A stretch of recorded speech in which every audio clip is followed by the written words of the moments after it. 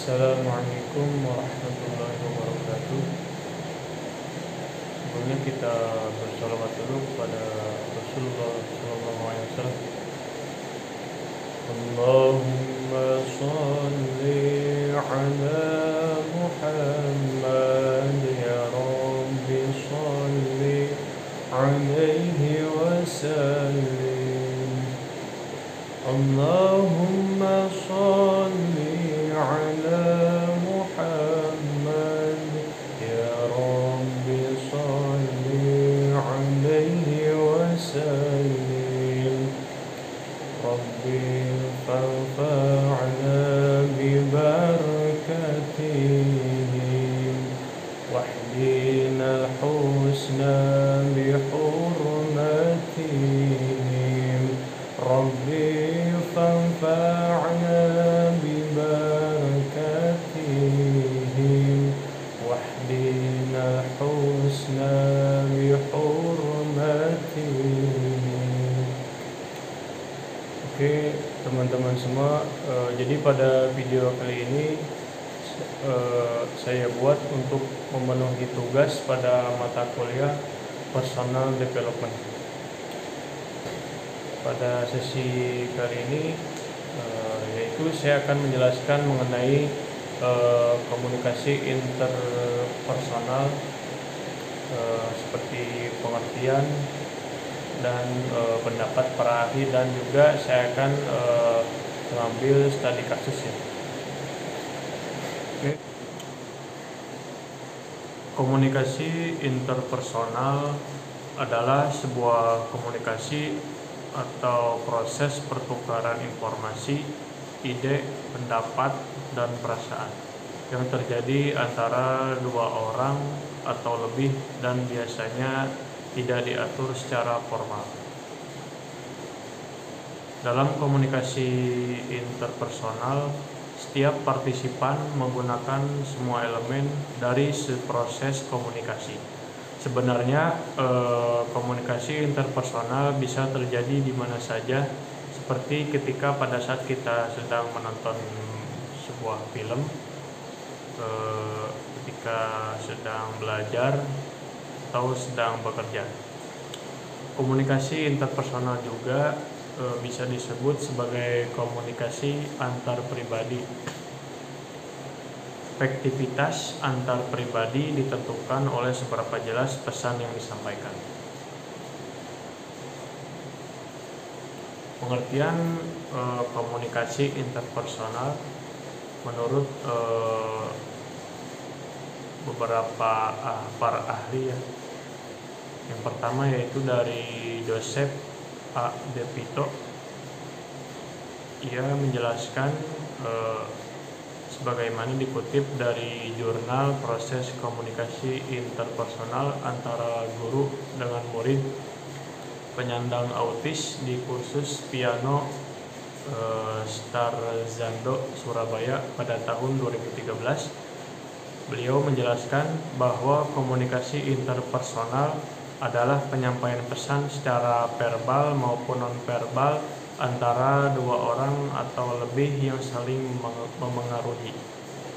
Kemudian menurut ahli yang lain, yaitu menurut R.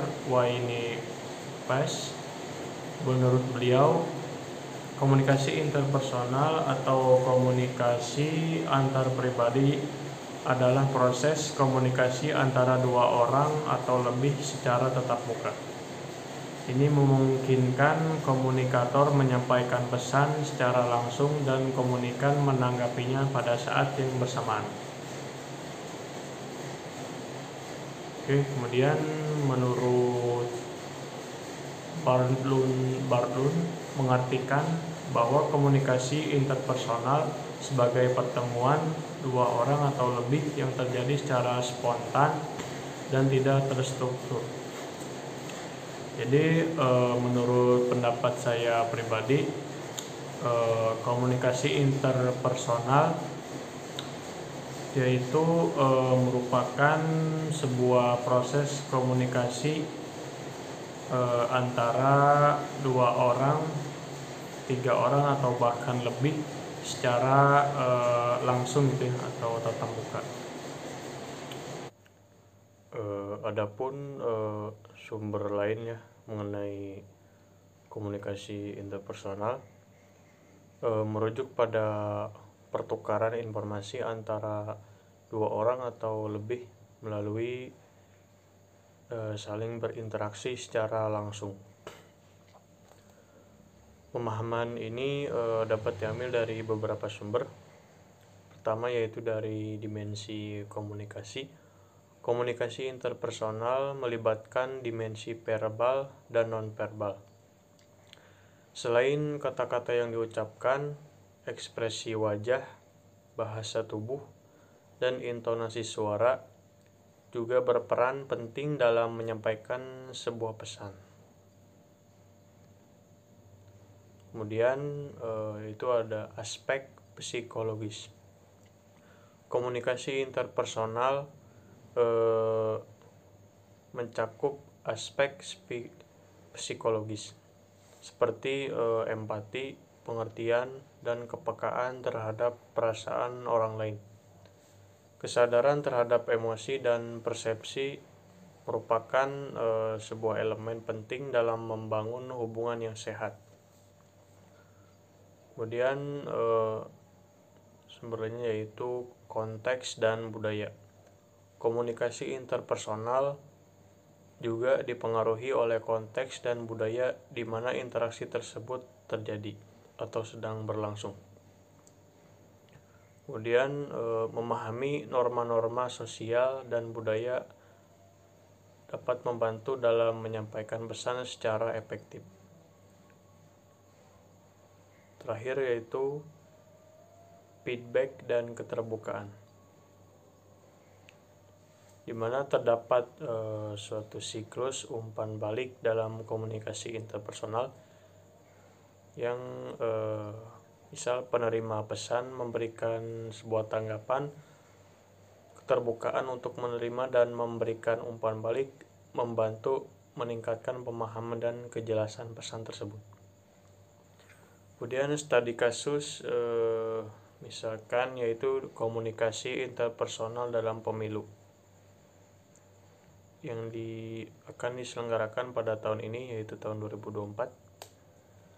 Dalam debat pemilu capres ya dengan durasi 10 menit menunjukkan berbagai aspek komunikasi interpersonal. Berikut analisisnya ya.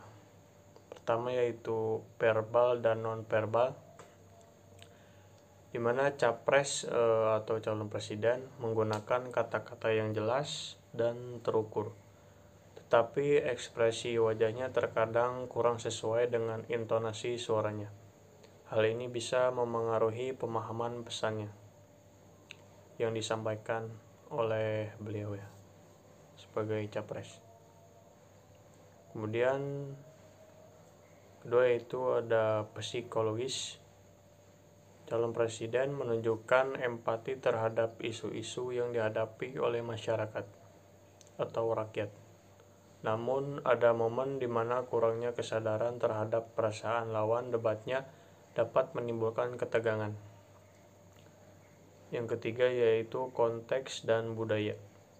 Capres atau calon presiden mengakomodasi norma-norma budaya dan konteks pemilu, tetapi mungkin perlu lebih untuk menyesuaikan bahasa dan gaya komunikasinya dengan audiens yang beragam,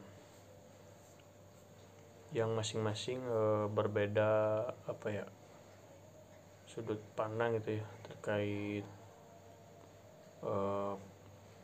penjelasan atau pemaparan oleh capres ya. Kemudian yang terakhir yaitu feedback dan keterbukaan.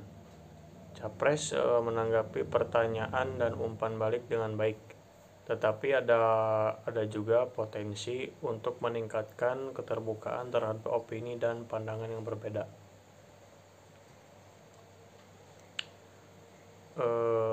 Secara keseluruhan, calon presiden atau capres telah menunjukkan kemampuan komunikasi interpersonal yang baik. Namun masih ada ruang untuk peningkatan, terutama dalam menyadari ekspresi nonverbal dan keterbukaan terhadap perbedaan pendapat. Dalam posisi strategis, kemampuan ini sangat penting untuk membangun dukungan masyarakat yang luas. Oke, sekian untuk materi penjelasan materi pada video kali ini. Untuk memenuhi tugas pada mata kuliah personal development yang diampu oleh Bapak dosen Pak Jack Febrian yang berada di Sekolah Tinggi Teknologi Bandung yang saat ini saya belajar di sana. Oke, terima kasih yang sudah menonton. Akhir kata saya ucapkan wassalamualaikum warahmatullahi wabarakatuh.